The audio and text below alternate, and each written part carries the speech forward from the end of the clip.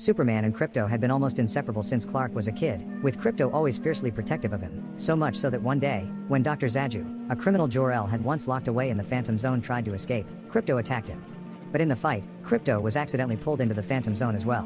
Not long after, Krypton was destroyed, and Kal was sent to Earth, but even though Krypto was trapped, his spirit seemed to remain in the real world, quietly following Clark to Earth. He couldn't physically interact with him, but he stayed close, especially when Clark felt down. Whenever Clark explored or went on adventures, Krypto was there in spirit, never leaving his side and always trying to protect him. But Krypto's favorite moments were at night, when the world was still and the barrier between the Phantom Zone and reality felt thinner, allowing him to feel closer to Clark. And that's how it remained for what felt like thousands of years to Krypto, as he stayed trapped in the Phantom Zone. But everything changed one day when Dr. Zaju, the original prisoner of the Phantom Zone, escaped back into the living world and trapped Superman there in his place. Inside the Phantom Zone, Superman was surrounded by dangerous Kryptonian criminals, many of whom had been imprisoned by his father and were eager for revenge, but as always, Krypto was there to protect him.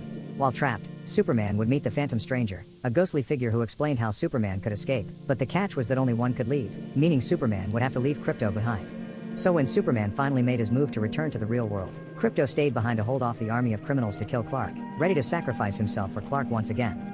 Superman would eventually escape, leaving Krypto alone once more, but this time he waited with hope, because Clark had promised he would return. So Krypto waited for what felt like another 1,000 years, but eventually, Superman kept his word as he pulled Krypto from the Phantom Zone, and immediately brought him into the warm light of the yellow sun to recharge.